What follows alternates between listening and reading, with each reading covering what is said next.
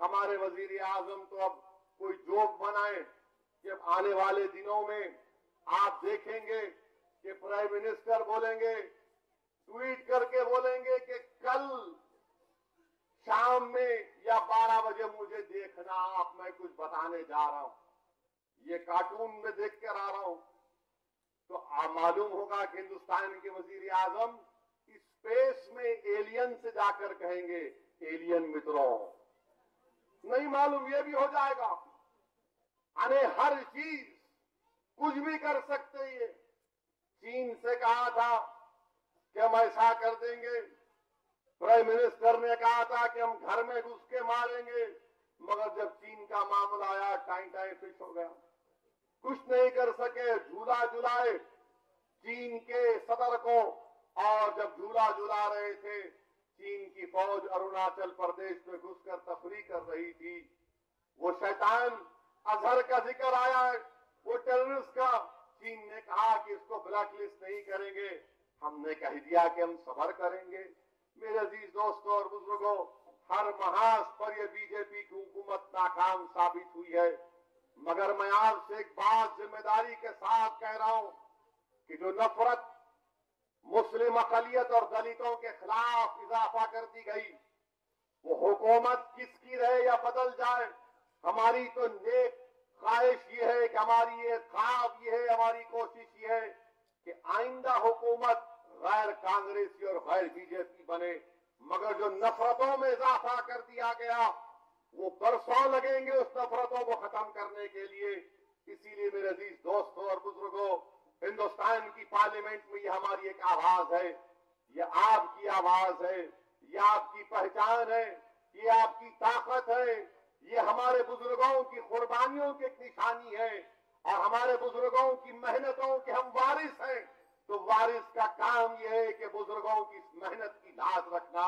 میں ہمارے اس حلقے کے بزرگوں سے، اہل دل سے، مشائخین سے، علماء سے، ہماری ماں اور بہنوں سے، ہمارے نوجوان ساتھیوں سے اپیل کر رہا ہوں کہ 11 اپریل کے دن نکل کر اپنے ایک ووٹ کا استعمال کریے، اپنے اتحاد کا ثبوت دیجیے، اور مجلس کو ایک ایسی کامیابی سے ہمکنار کرائیے کہ تاریخ ساز کامیابی مجلس کو ملے، تاکہ یہاں سے بی جے پی کے امیدوار کی ضمانت ضبط ہو جائے، اور ان کو پتا چل جائے کہ یہ حیدرآباد ہے، یہ سرزمین دکن ہے.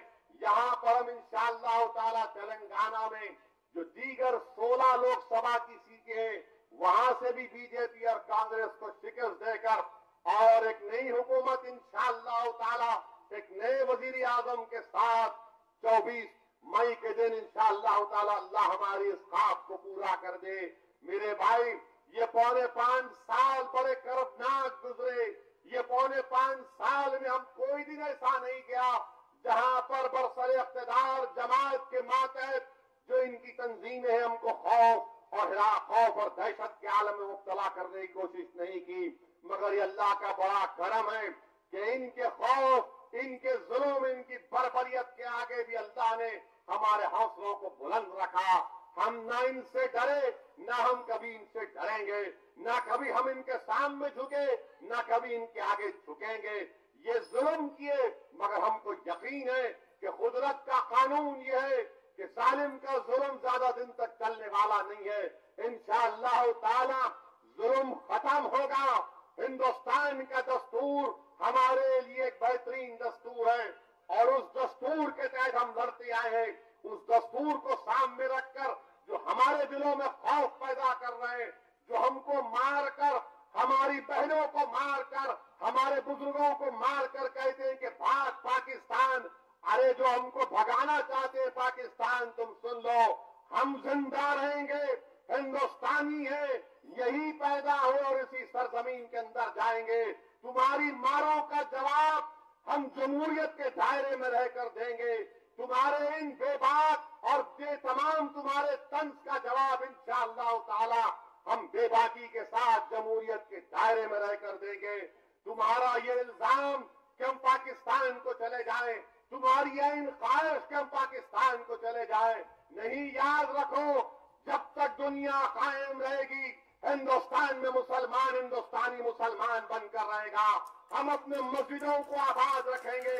ہم ہندوستان کے سیکولرزم کو, کمپوزٹ کلچر کو زندہ رکھیں گے. پاکستان سے ہم کو کوئی مطلب تھا نہ کبھی رہے گا.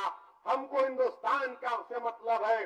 ارے یہ حیا پاشا کی سرزمین, یہ محدث دکن کی سرزمین, یہ حضرات یوسفین کی سرزمین, یہ بابا شرف الدین کی سرزمین. ارے جب یہ ہماری سرزمین ہے تو تم یہاں سے ہم کو مار کر نہیں بھگا سکتے. تمہارا ظلم ختم ہوگا, تمہارے لگیں ٹوٹ جائیں گی, اور انشاءاللہ تعالی ہم صبر کے ساتھ اور بے خوف ہو کر جمہوریت میں اپنی لڑائی لڑتے آئے ہیں اور لڑتے رہیں گے. اپنی امیدوں کو اور اپنے تمام حوصلوں کو بلند رکھیے. ڈرنے اور گھبرانے کی ضرورت نہیں ہے.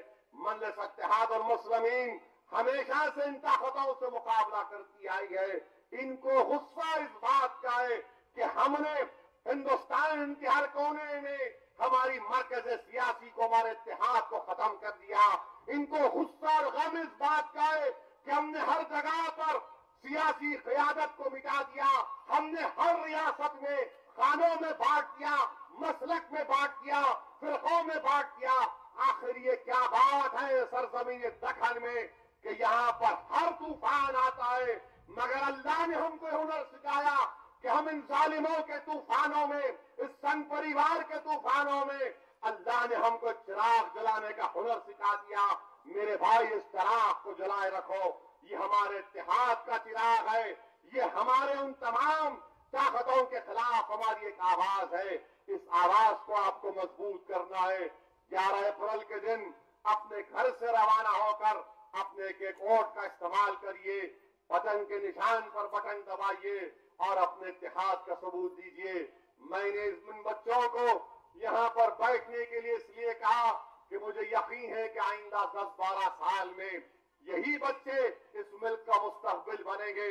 یہ جمہوریت کو مضبوط کریں گے, اور ہو سکتا ہے کہ اس میں سے جو بچے آج یہ مجلس کا جھنڈا تھامے ہیں, کل انشاءاللہ تعالی اس کرسی پر یا تو رکنے بلدیہ یا پھر ایم ایل اے بنیں گے انشاءاللہ. خدا